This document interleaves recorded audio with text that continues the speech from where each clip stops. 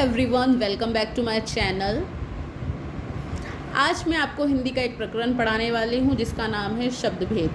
तो आइए फ्रेंड्स, इसकी शुरुआत करते हैं। सबसे पहले मैं आपको बता देती हूँ, जो ये हमारा टॉपिक है ये हर जगह इस्तेमाल किया जाता है। आपका कहीं ना कहीं मतलब ये परीक्षाओं में भी देखा जा सकता है। तो आप इसको अच्छे से सुनिए, समझिए। अगर आपको इंटरेस्टेड लगती है ये वीडियो और आपको समझ में आता है तो आप इसको आगे तक देख सकते हैं। तो शुरुआत करते हैं। शब्द भेद किसे कहते हैं? शब्दों की भिन्न भिन्न जातियाँ होती हैं जिन्हें शब्द भेद कहा जाता है। जो हमारे शब्द होते हैं उन्हें हमने क्या है अलग अलग कैटेगरी में बांट रखा है, वर्गीकृत कर रखा है। तो उसी को हम क्या कह देते हैं? शब्द भेद। शब्द भेद 4 वर्गों में वर्गीकृत हैं। कौन कौन से हैं? स्रोत के आधार पर, रचना के आधार पर, प्रयोग के आधार पर और अर्थ के आधार पर। तो फ्रेंड्स, स्रोत के आधार का मतलब है कि उनका निर्माण कहाँ से हुआ, किस प्रकार वो अस्तित्व में आए। तो यहाँ पे शुरुआत करते हैं। जो स्रोत के आधार पर शब्द हैं वो 4 प्रकार के होते हैं। कौन कौन से होते हैं? तत्सम शब्द होते हैं, तद्भव होते हैं, देशज, और जो हमारा अंतिम है चौथा प्रकार है वो कौन सा होता है? विदेशज। तो सबसे पहले बात करते हैं, जो तत्सम शब्द है वो 2 शब्दों से मिलकर बना है, तत्धन सम। ठीक है फ्रेंड्स, तो ये तत्सम बन गया। सबसे पहले बात करते हैं तत्सम का मतलब क्या होता है। जो शब्द संस्कृत से आए हैं और ज्यों के त्यों, यानी कि जैसे वो संस्कृत में थे वैसे ही हम उसे हिंदी भाषा में इस्तेमाल कर रहे हैं, अपनी भाषा में प्रयोग कर रहे हैं, तो उसी को हम क्या कह देंगे? तत्सम। एक बार डेफिनेशन मैं आपको सुना देती हूँ। संस्कृत के समान जो शब्द संस्कृत भाषा से हिंदी में आए हैं और ज्यों के त्यों प्रयुक्त हो रहे हैं तत्सम शब्द कहलाते हैं। जैसे राजा, पुष्प, कवि, आज्ञा, अग्नि, वायु, वत्स, भ्राता इत्यादि। दूसरा है हमारा तद्भव। ये भी हमारे 2 शब्दों से मिलके बना है, तत् धन भव। इसमें व्यंजन संधि है और इसमें भी व्यंजन संधि है। तो फ्रेंड्स, इसको याद रखना है आपको। उससे उत्पन्न या विकसित, यानी कि जो संस्कृत से विकसित हो रखा है या उससे उत्पन्न हो रखा है, परंतु क्या है उसका कहीं ना कहीं रूप बदल गया है। संस्कृत से उत्पन्न हुए हैं, तद्भव शब्द कहलाते हैं। वो संस्कृत से उत्पन्न रखे हैं, लेकिन क्या है जैसे वो संस्कृत में शब्द इस्तेमाल होते हैं वैसे वो हिंदी में नहीं होते हैं। थोड़ा क्या हो जाता है, उनमें परिवर्तन हो जाता है। जैसे कि मयूर संस्कृत में है लेकिन हिंदी में क्या है? मोर, चार, बच्चा, फूल इत्यादि। फिर है हमारे देशज शब्द। देशज शब्द को हम देसी शब्द भी कहते हैं। अब आप देखेंगे कि देशज शब्द है वो 2 शब्दों से मिलकर बना है, देश धन ज।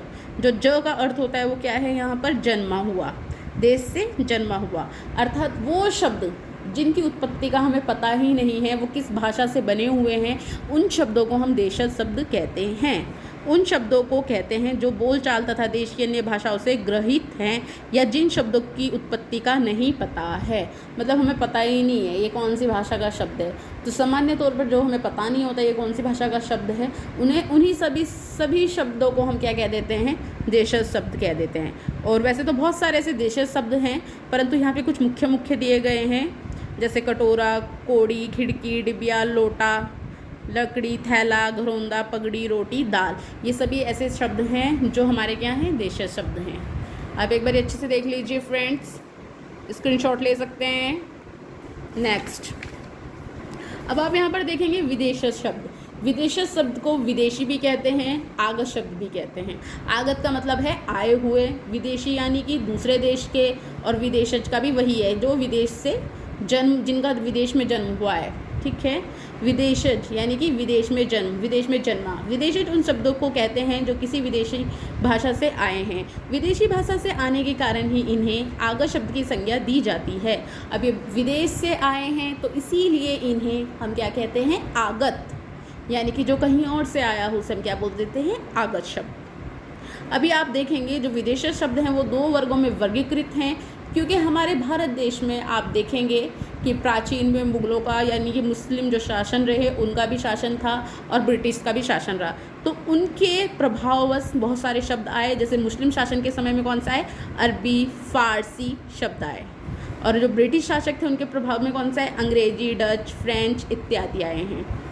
अब यहाँ पर है हमारा जो शब्द भेद का दूसरा प्रकार है वो क्या है? हमारा रचना के आधार पर, यानी कि जो शब्द बने हुए हैं वो किस प्रकार बने हुए हैं, उनकी रचना कैसे हुई है। तो हमारे जो रचना के आधार पर शब्द हैं वो 3 प्रकार के होते हैं, रूढ़ शब्द, यौगिक शब्द और योग रूढ़ शब्द। सबसे पहले बात करते हैं रूढ़ शब्द की। वे शब्द जिनका कोई भी खंड सार्थक नहीं होता और जो परंपरा से किसी विशिष्ट अर्थ में चले आ रहे हैं, यानी कि ये वैसे शब्द हैं जिनका हम खंडन तो नहीं कर सकते, सार्थक खंडन कर सकते हैं परंतु क्या है, सार्थक नहीं होगा, और उनका एक क्या है, विशेष अर्थ सदियों से चला आ रहा है। ऐसे शब्दों को हम क्या कहते हैं, रूढ़ शब्द। जैसे कि आप यहाँ पर कोई भी एक शब्द ले लीजिए, नाक, कान, आग, तो आप देखेंगे कि जब हम इनका खंडन करते हैं, इनको भागों में बांटते हैं, सबसे पहले तो ये खंडन होगा ही नहीं कोई सार्थक शब्द का, तो इसलिए हम इनको कौन से शब्द भी कहते हैं, मूल शब्द भी बोल देते हैं। अयोगिक, यानी ये किसी योग से नहीं बने हैं तो इन्हें हम अयोगिक भी कह देते हैं और रूढ़ शब्द भी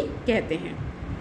इसके बाद है यौगिक शब्द। वे शब्द जो दो या दो से अधिक सार्थक शब्द खंडों के योग से निर्मित होते हैं, यौगिक शब्द कहलाते हैं। जैसे पाठशाला, पाठ और शाला, विज्ञान, विधन और ज्ञान। तो फ्रेंड्स यहाँ पर आप देखेंगे जो यौगिक शब्द हैं, हमारे नाम से ही पता चल रहा है, यौगिक यानी पेयर में हैं, जो पहले से हमारे क्या है, एक समूह, मतलब उसमें हो रहा है, क्या बोलते हैं, दो के जोड़े में हो रहा है, यौगिक बन रहा है, यानी कि दो या दो से अधिक जिनके क्या हो रहे हैं, खंडन हो रहे हैं, सार्थक खंडन हो रहे हैं, उन्हीं को हम क्या कहेंगे, यौगिक शब्द कहेंगे। इसमें हमारे आप देखेंगे जो संधि वाले शब्द होंगे वो सब इसमें आ जाएंगे हमारे, ठीक है फ्रेंड्स, क्योंकि उनके क्या है, दोनों शब्दों के या जितने भी उसमें शब्द होते हैं उनका हर एक मतलब कोई ना कोई अर्थ उनमें होता ही होता है जब हम शब्द का खंडन करते हैं। फिर है हमारा योग रूढ़ज। अब ये क्या होता है, रूढ़ का तो हमने पढ़ लिया, रूढ़ में क्या था, जिसका खंडन नहीं कर सकते और वो किसी विशेष अर्थ को प्रकट करते आ रहे हैं सदियों से। और यौगिक में क्या है हमारा, इसका हम खंडन कर सकते हैं और हर एक जो भी हमने खंडन किया उसका कोई ना कोई अर्थ निकलता है। अब ये है योग रूढ़ज। ये वो शब्द होते हैं फ्रेंड्स जो यौगिक तो होते हैं, मतलब जब हम इनका खंडन करेंगे तो खंडन हो जाएगा, परंतु इसका क्या है, एक अलग ही विशेष अर्थ निकलता है। ये सामान्य अर्थ को प्रकट ना करके किसी विशेष अर्थ को प्रकट करते हैं, ठीक है फ्रेंड्स। जैसे लंबोदर, तो आप यहाँ पर देखेंगे लंबा धन उदर, इसका हो जाएगा कि जिसका क्या है, लंबा उदर है, यानी कि लंबा पेट है, यानी कि गणेश, ठीक है। जलज, जल में जो उत्पन्न है, तो वो क्या हो जाएगा हमारा, कमल। आप यहाँ पर देखेंगे कि शब्द के हम यहाँ पे खंडन कर रहे हैं, परंतु अगर हम उसको पूरा देखेंगे कि वो शब्द का क्या है, कुछ अलग विशेषी अर्थ निकल रहा है, तो वो हमारा क्या कहलाएगा, योग रूढ़ज शब्द कहलाएगा। अब आप यहाँ पर तीसरे प्रकार का शब्द के भेद पर आते हैं, तो हमारा कौन सा है, शब्द प्रयोग के आधार पर। तो आप यहाँ पर देखेंगे कि जब हम देखते हैं शब्दों का अर्थ क्या निकल रहा है या कैसे वो चल रहे हैं, तो उसके आधार पर हमारे कितने प्रकार के होते हैं, दो प्रकार के होते हैं। एक होता है विकारी, दूसरा होता है अविकारी। तो फ्रेंड्स मैं सबसे पहले आपको नॉर्मल अर्थ में बता देती हूँ। विकारी शब्द वे शब्द होते हैं जो अपना रूप लिंग कारक वचन की वजह से परिवर्तन कर लेते हैं। जैसे कि जिन शब्दों का लिंग वचन कारक आदि के कारण रूप परिवर्तन होता है उन्हें विकारी शब्द कहते हैं। अब आप सोचेंगे कि कौन से होंगे भाई ऐसे विकारी शब्द, तो यहाँ पर मैंने आपको लिस्ट दे रखी है। और वो विकारी शब्द क्या है, हमारे 4 प्रकार के होते हैं, संज्ञा, सर्वनाम, विशेषण और क्रिया। तो देखिए संज्ञा में अगर बात करें, जैसे कि लड़का है तो लड़का है, एक है तो लड़का हो गया, बहुत सारे होंगे तो लड़के बन जाएगा। ऐसे ही एक लड़की होगी तो लड़की और बहुत सारी होंगी तो लड़कियां, तो ये क्या हो गया हमारा, वचन की वजह से परिवर्तन हुआ। ऐसे ही उसके विशेषण में अच्छा, अच्छे हो जाएगा। अगर एक होगा तो अच्छा है, यह बहुत अच्छा है, और बहुत सारे होंगे तो क्या आ जाएगा, यह बहुत अच्छे हैं, वह बहुत बुरी है, वे बहुत बुरे हैं। तो इस प्रकार आप देखेंगे ना शब्द, आप देखेंगे कि कहीं ना कहीं क्या है, लिंग वचन कारक की वजह से जो हमारे शब्द हैं वो परिवर्तन हो रहे हैं। तो ऐसे शब्द जो परिवर्तन हो जाते हैं वो हमारे क्या कहलाते हैं, विकारी शब्द कहलाते हैं। और ये हमारे 4 प्रकार के होते हैं, संज्ञा, सर्वनाम, विशेषण और क्रिया। अब हम यहाँ पे बात करने वाले हैं अविकारी शब्द की। तो फ्रेंड्स अभी आपने देखा कि विकारी किसे कहते हैं, जो परिवर्तन हो जाते हैं। तो अविकारी का मतलब क्या हो गया, इसके आगे इन्होंने अ लगा दिया, इसका मतलब क्या हुआ, जो परिवर्तन नहीं होते हैं। जिन शब्दों में लिंग वचन कारक के कारण कोई परिवर्तन ना हो उन्हें अविकारी शब्द कहते हैं। यानी कि तुम एक के लिए उस शब्द को इस्तेमाल करो या फिर बहुवचन के लिए करो, लड़की के लिए करो, लड़के के लिए करो, आप किसी के लिए भी इस्तेमाल करो, इससे कोई फ़र्क नहीं पड़ेगा, वो क्या हैं, वैसे के वैसे ही रहेंगे। तो वो शब्द जो हमारे क्या हैं परिवर्तन होते ही नहीं है लिंग वचन कारक की वजह से, तो वो भी हमारे कितने प्रकार के होते हैं, 4। कौन कौन से होंगे, क्रिया विशेषण अव्यय होगा, संबंध बोधक अव्यय होगा, समुच्चय बोधक अव्यय होगा, विस्मय आदि बोधक अव्यय होगा। फ्रेंड्स आपको याद रखना है अविकारी को अव्यय भी कहते हैं। अव्यय का अर्थ होता है जो वह ना हो। क्रिया विशेषण में क्या होगा, आज, कल, यहाँ, इधर, उधर, ये सब हो जाएगा। ठीक है, जैसे कि क्या है, कल मैं देहरादून गई थी, कल वे देहरादून गए थे। मतलब आप कितने ही जनों के लिए इस्तेमाल करो, चाहे एक के लिए करो, कल का कल ही रहेगा, आज का आज ही रहेगा। ये ऐसे कुछ शब्द होते हैं जो परिवर्तन नहीं करते हैं, तो उन्हीं को हम अविकारी कहते हैं। ठीक है, अब इसके बाद है संबंध बोधक अव्यय, में, पर, आगे, पीछे, की, और। ठीक है, समुच्चय बोधक में क्योंकि, इसलिए, परंतु, तो, या। विस्मय आदि में हाँ, हाय, ओ, वाह, अरे, जो आश्चर्य वाले होते हैं। अरे तुम गिर गए, अरे वो तो गिर गई थी। तो देखो यहाँ पे लड़के के लिए भी इस्तेमाल करो, चाहे लड़की के लिए भी इस्तेमाल करो, शब्द वही रहेगा। अब इसके बाद है अर्थ के आधार पर 4 प्रकार। जब हम देखेंगे कि किसी शब्द का क्या अर्थ निकल रहा है, तो उसके आधार पर भी क्या है, हमारे शब्द 4 प्रकार के होते हैं। एक है हमारा एकार्थी, अनेकार्थी, समानार्थी और विपरार्थी, विपरीतार्थी। एकार्थी शब्द जिन शब्दों का केवल एक ही अर्थ होता है, एकार्थी शब्द कहलाते हैं। जिन शब्दों का एक ही अर्थ निकलता है वे हमारे क्या कहलाते हैं, एकार्थी शब्द कहलाते हैं। और वो हमारे कौन सी कैटेगरी में आते हैं, सभी व्यक्तिवाचक संज्ञा में। यानी कि जब किसी विशेष व्यक्ति की बात की जाए उसका नाम के साथ, तो वो हमारा क्या कहलाएगा, एकार्थी। समझ में आ गया फ्रेंड्स। जैसे यमुना, आगरा, दिल्ली, अलीशा, देहरादून, ये सब क्या हो जाएंगे, हमारे एकार्थी।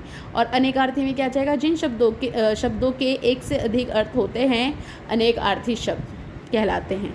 जैसे तीर, तीर को हम क्या बोलते हैं, बाण भी बोलते हैं। और एक तीर का मतलब क्या होता है, नदी का किनारा भी होता है। एक कर हाथ होता है, तो एक ऋण भी होता है। इसी तरह आप देखोगे एक कनक का अर्थ गेहूँ होता है, तो दूसरे कनक का अर्थ क्या होता है, धतूरा होता है। यानी कि यहाँ पर क्या कर रहे हैं, वो एक ही शब्द का भिन्न भिन्न अर्थ होता है, तो उसी को हम क्या कहेंगे, अनेकार्थी शब्द। फिर है हमारे समानार्थी, जिनको हम पर्यायवाची शब्द कहते हैं। एक समान अर्थ देने वाले शब्दों को समानार्थी या पर्यायवाची शब्द कहते हैं। जैसे अश्व, अश्व का मतलब क्या होता है, घोड़ा।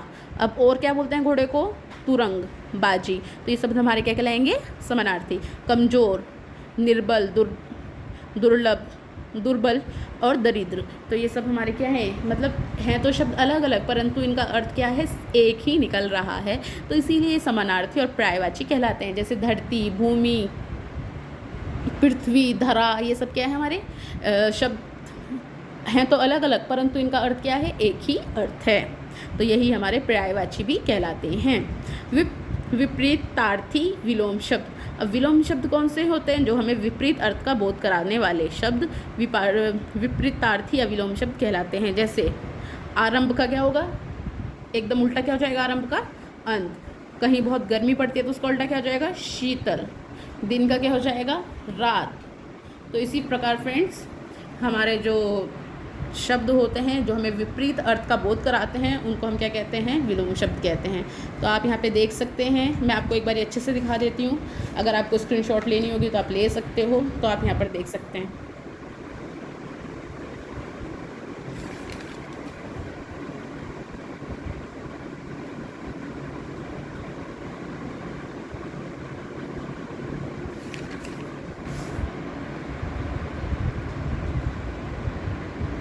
Okay, thank you friends. I hope आपको समझ में आया होगा और मेरी वीडियो आपके कहीं ना कहीं मददगार रहेगी, तो मुझे बहुत अच्छा लगेगा। Thank you so much friends.